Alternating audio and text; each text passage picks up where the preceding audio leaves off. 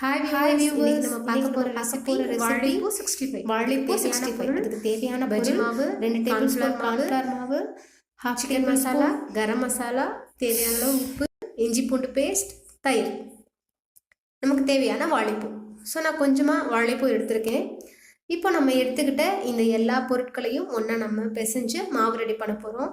So வாங்க எப்படி செய்கிறதுன்னு பார்க்கலாம். நான் இப்போ எடுத்துக்கிட்ட இந்த பஜ்ஜி மாவோ இல்லை கடலை மாவோ நீங்கள் எது வேணால் எடுத்துக்கலாம். ஸோ நான் பஜ்ஜி மாவு எடுத்திருக்கேன். ஸோ பஜ்ஜி மாவு, இந்த கார்ன்ஃப்ளவர், இஞ்சி பூண்டு பேஸ்ட்டு, கரம் மசாலா, சிக்கன் மசாலா, உப்பு எல்லாத்தையும் சேர்த்து நல்லா நம்ம பிசைஞ்சுக்கணும். ஸோ ரொம்ப பஜ்ஜி மாவு கன்சிஸ்டன்சிக்கு இல்லாமல் கொஞ்சம் திக்காக பிசைஞ்சுக்கோங்க. இப்போ நீங்கள் பஜ்ஜி மாவு எடுத்திருந்தா சில விஷயங்கள் சேர்க்க தேவையில்லை. சப்போஸ் நீங்கள் கடலை மாவு எடுக்கிறீங்க அப்படின்னா கொஞ்சம் பெருங்காயத்தூள் சேர்க்கணும், அதோட கொஞ்சம் சில்லி பவுடர் சேர்க்கணும். ஸோ இங்கே நம்ம சில்லி பவுடர்லாம் சேர்க்கல, கொஞ்சம் சிக்கன் மசாலா மட்டும்தான் சேர்த்துருக்கோம். ஸோ இதான் டிஃப்ரென்ஸ் ரெண்டுத்துக்கும்.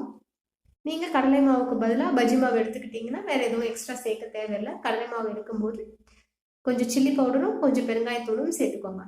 இப்போ இது எல்லாத்தையும் நல்லா சேர்த்து நமக்கு அந்த கட்டிகள் இல்லாமல் ஃபுல்லாக நல்லா மாவாக பிசைஞ்சுக்கோங்க.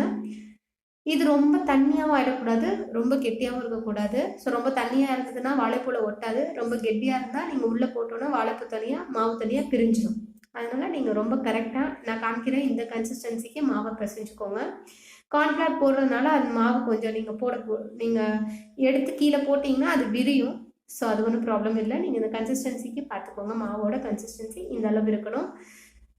கார்ன்ஃப்ளவர் என்ன ரேஷியோ எடுக்கிறீங்களோ அதே ரேஷியோவில் எதிர் கடலை மாவு இல்லை பஜ்ஜி மாவு எடுத்துக்கலாம். இப்போ நான் இங்கே 2 டேபிள் ஸ்பூன் கார்ன்ஃப்ளவர் மாவும் 2 டேபிள் ஸ்பூன் பஜ்ஜி மாவும் எடுத்திருக்கேன்.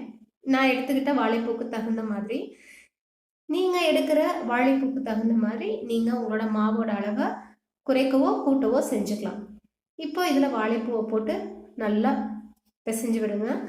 வாழைப்பூக்குள்ளே இந்த எல்லா மாவும் உள்ள சாரணும். அதுக்கேற்ற மாதிரி நல்லா ரொம்ப பூ பிஞ்சுற அளவுக்கு இல்லாமல் கொஞ்சம் ஸ்மூத்தாக அதை ஹேண்டில் பண்ணுங்கள். நல்லா ஃபுல்லாக அந்த மாவில் பெசரி விட்டு தனித்தனியாக விரித்து அதை நம்ம கொஞ்சம் நேரம் ஊற விடணும். அப்போ தான் அந்த மாவோட டேஸ்ட்டு, அந்த மாவில் இருக்கிற ஸ்பைசஸ் எல்லாமே அந்த பூக்குள்ளே இறங்கும். அதனால் நம்ம என்ன பண்ணணும்னா நல்லா அதை பிசைஞ்சு மாவுக்குள்ளே ஒன்றா சேர்கிற மாதிரி பிசைஞ்சு அதை கொஞ்சம் நேரம் ரெஸ்ட் பண்ண போகிறோம். இந்த வாழைப்பூ பார்த்தீங்க அப்படின்னா ரொம்ப ரொம்ப ரொம்ப ஹெல்த் பெனிஃபிட்ஸ் இருக்கிற ஒரு பொருள். ஆனால் நம்ம அதிகமாக யூஸ் பண்ணாத பொருளும் கூட.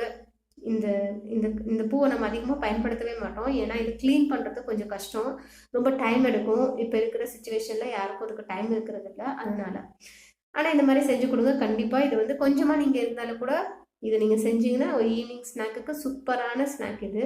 நீங்கள் நிச்சயம் ட்ரை பண்ணி பாருங்கள். இப்போ நான் என்ன பண்ணிட்டேன், எல்லாத்தையும் ஸ்ப்ரெட் பண்ணிவிட்டு அதை கொஞ்சம் நேரம் ரெஸ்ட் பண்ணிவிட்டேன். நல்லா கொஞ்சம் விரித்து விட்டு ரெஸ்ட் பண்ணுங்கள். இல்லைனா ஒன்று மேலே ஒன்றா ஒட்டிக்கும். அப்போ நீங்கள் மாவு எடுத்து போடுறப்போ ஒன் சைடு உங்களுக்கு மாவே இல்லாமல் இருக்கும் பூ. அதனால் நீங்கள் அதை கொஞ்சம் நல்லா விரித்து விட்டு நல்லா ரெஸ்ட் பண்ணிவிட்டு நீங்கள் இதை ஃப்ரை பண்ணி எடுக்க வேண்டியதான். நான் இங்கே டீப் ஃப்ரை தான் பண்ணுறேன். ஏன்னா நாங்கள் யூஸ் பண்ணுற ஆயில் நம்ம செக்கு கடலெண்ணெய் நல்லெண்ணெய் தான் நான் யூஸ் பண்ணுறேன். அதனால நான் டீப் ஃப்ரை பண்ணுறேன். சப்போஸ் நீங்கள் பேக்கெட்டட் ஆயில் வாங்குறீங்க அப்படின்னா அதுக்கேற்ற மாதிரி நீங்கள் ஷாலோ ஃப்ரை கூட பண்ணிக்கலாம். ஸோ நான் கடாயை வச்சு எண்ணெய் சூடானதும் இதை ஒன்று ஒன்றா எடுத்து தனித்தனியாக போடுங்க. சேர்த்து போட்டிங்கன்னா அப்படியே கும்பலாக நமக்கு மொத்தமாக கிடைக்கும், அது நல்லா இருக்காது. ஸோ ஒன்று தனித்தனியாக போட்டிங்கன்னா உங்களுக்கு அது தனியாக பார்க்குறதுக்கே ரொம்ப அழகாக இருக்கும். நான் பாருங்கள், நான் எடுத்து போடுற மாதிரி போடுங்க. ஸோ ஒன்று ஒரு பூவாக போட்டு எல்லாத்தையும் ஃபுல்லாக அந்த எண்ணெய் ஃபுல்லாக மூழ்கிற அளவுக்கு போட்டுட்டு அதை ஃபுல்லாக டீப் ஃப்ரை பண்ணி எடுக்க வேண்டியதான். ஸோ இது ரொம்ப ரொம்ப சிம்பிளான விஷயம் தான், சிம்பிளான ரெசிபி தான்.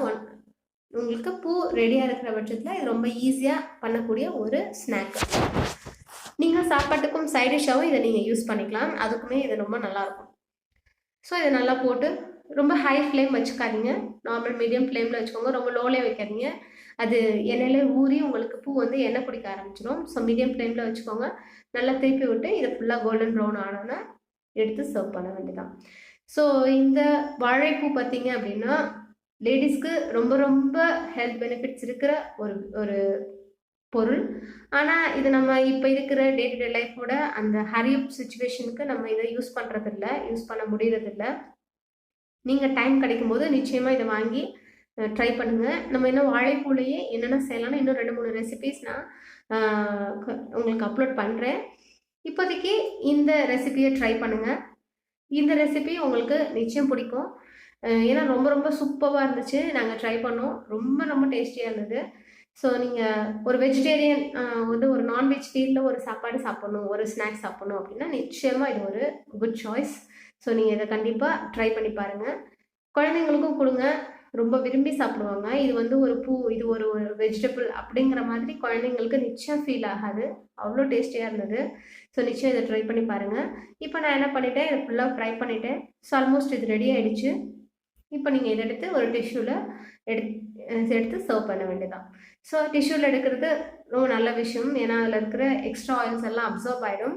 ஸோ நீங்கள் இந்த ட்ரை பண்ண இந்த வாழைப்பூ 65 ஒரு டிஷ்யூ பேப்பர் இருக்கிற பிளேட்டில் எடுத்து சர்வ் பண்ணுங்கள். ரொம்ப ஹெல்த் பெனிஃபிட்ஸ் இருக்கிற ஒரு விஷயம். ஸோ கண்டிப்பாக ஒரு நல்ல ரெசிபி அண்ட் ரொம்ப குயிக்காக செய்யக்கூடிய ஒரு ரெசிபி. நிச்சயம் இதை வீட்டில் ட்ரை பண்ணி பாருங்கள். அண்ட் சப்ஸ்கிரைப் பண்ணாதவங்க நிச்சயமாக நம்ம சேனலை சப்ஸ்கிரைப் பண்ணுங்கள். மீண்டும் அடுத்த வீடியோவில் சந்திப்போம். பாய்.